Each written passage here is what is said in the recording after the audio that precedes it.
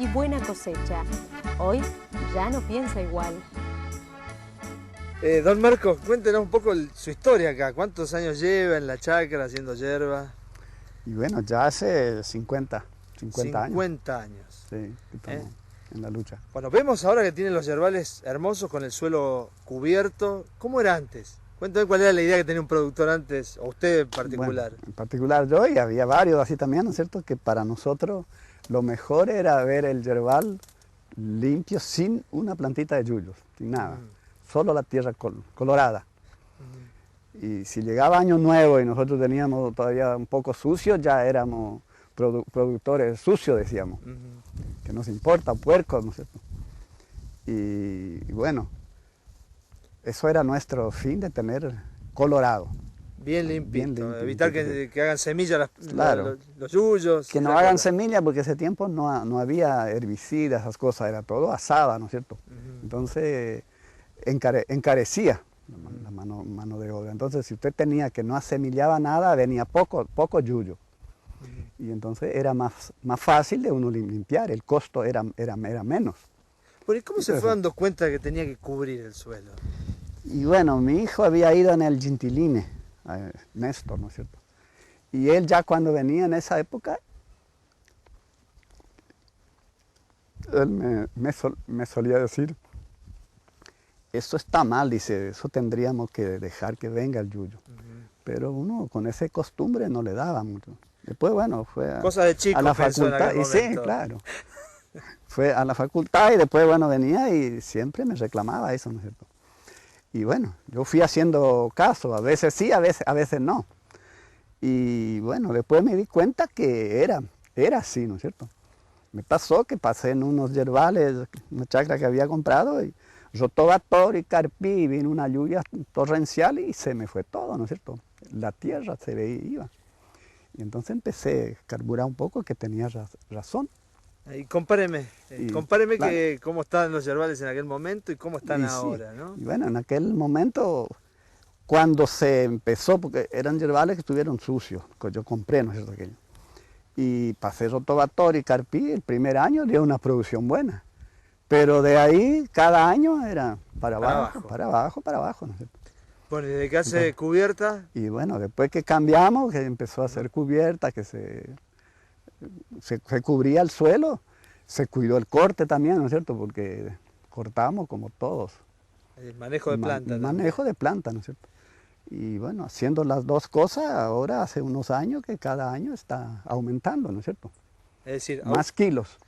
A un amigo de los muchos que hay en la provincia que no cuidan de esta forma el suelo, que no lo cubren, que siguen pensando en esa idea del suelo descubierto, le diría que deberían cambiar, ¿no? Y sí, yo aconsejaría a todo el mundo, ¿no es cierto? Que lo mejor, ahora me doy cuenta, que la riqueza que uno tiene es del suelo, no la planta, porque la planta muere, uno planta otra y viene. Pero si el suelo no sirve, usted planta y no viene la planta. Y si está descubierto termina en el arroyo. En el arroyo, ¿no? Se va y sí. Quedamos, en vez de quedar cada vez mejor, cada vez peor. Gracias, Marcos. La estrategia para evitar que los suelos se sigan deteriorando por su uso agrícola y recuperen su vigor y fertilidad empieza por el aporte de materia orgánica. La recuperación de suelo pasa por el agregado de materia orgánica, o sea, arreglar la parte física para que capte agua y después el agregado de materia orgánica.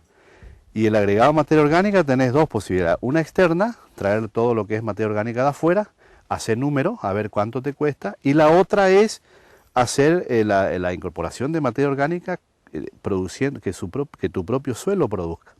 Entonces, depende del estado de donde partís, ahí tenés las especies disponibles por ahí por donde comenzás, y depende la época que comenzás, bueno, comenzás con una especie, con otra, pero el hecho es incorporar materia orgánica y mejorar la parte física para que absorba agua y se acumula en el suelo y que no lluevan 50 milímetros y en 10 minutos esos 50 milímetros por falta de captación se vaya al arroyo. Y vemos el arroyo bien rojo. No sirve no nos sirvieron los 50 milímetros. Ahora, si yo tengo un punto de captación muy bueno porque mejoré esa parte, sí, los 50 milímetros me absorben y ahí sí se acumulan en el suelo y me sirve después para el cultivo. Bueno, ¿cómo planteamos el sistema en este yerbal? En este caso especial yo lo hice en septiembre, la subsolada. Lo hice en septiembre porque recorriendo, como te decía, con la gente, vimos muchos lugares planchados, pelados, sin cobertura, y como el invierno vino seco, entonces probé el subsolador, no tenía ninguna cubierta de invierno que cuidar porque no había, estaba planchado. Entonces se hizo el subsolado y fue un trabajo espectacular porque se ve cómo entra la vara, porque realmente 45 a 50 centímetros. Pero acá tenemos parte de lo que hiciste de subsolado. Entonces, entra, fíjate, esta varita tiene, mi mano es media corta, así que 50 centímetros, y vos ves que ella, mirá. Entra totalmente. 45, 50 centímetros, que es una... O sea, toda capa por ahí compactada, superficial o subsuperficial, se ha roto. Y así, el tractorista, el que hizo el trabajo, tenía que mantener esa profundidad. No puede andar con el hidráulico sin tener una buena regulación, levantarlo, porque si no, no hace un efecto positivo.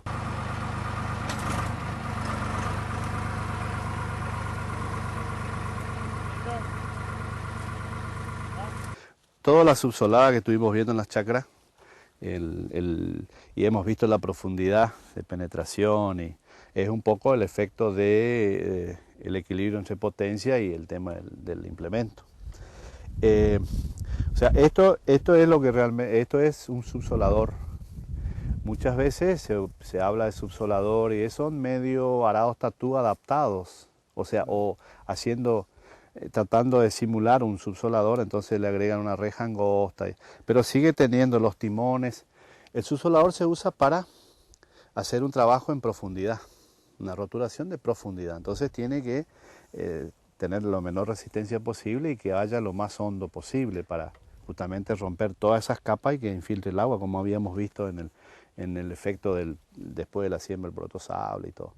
El uso de esos implementos equivocados por ahí provoca que el productor crea que está haciendo un trabajo correcto y no lo hace. Claro, y encima gasta plata, que es lo peor, porque hizo varias hectáreas y aparte en este trabajo es un trabajo lento, que requiere mucha potencia porque tiene que ir profundo. Entonces tenés que, fíjate que este tiene acá la barra esta de avance, tiene un filo, o sea que ejerce la menor resistencia posible al suelo. Entonces acá con el tema de profundidad, acá no hay ningún timón ancho que ejerza resistencia. Esto realmente corta el suelo y toda esta profundidad, todo este largo casi no ejerce resistencia. La resistencia que ejerce es esta punta acá. Entonces, penetra bien y este es el que hace el efecto de movido y de roturación de suelo. Entonces, la gente trabaja por ahí con algunos timones así anchos, de 7, 8 centímetros de ancho, y a veces pone 3 sobre un tractor, un viñatero, y por supuesto no va profundo y no gastó gasoil y trata de hacer cantidad y no calidad.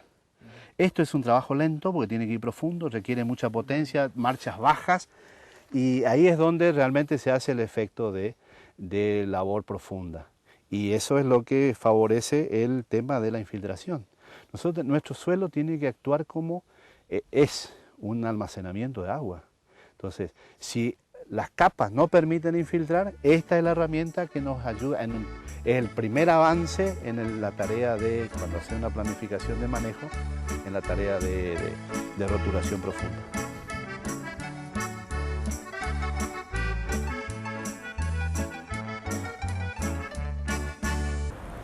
Debemos compartir una nueva pausa aquí en Más Producción, el programa del agro y de Misiones, y los invitamos además a que visiten nuestro sitio en internet www.masproduccion.com, donde va a encontrar muchísima información justamente también relacionada con esto que vamos a estar recordando el próximo 7 de julio, el Día de la Conservación de los Suelos, tema de nuestro programa del día de hoy. Ya volvemos con Más Producción.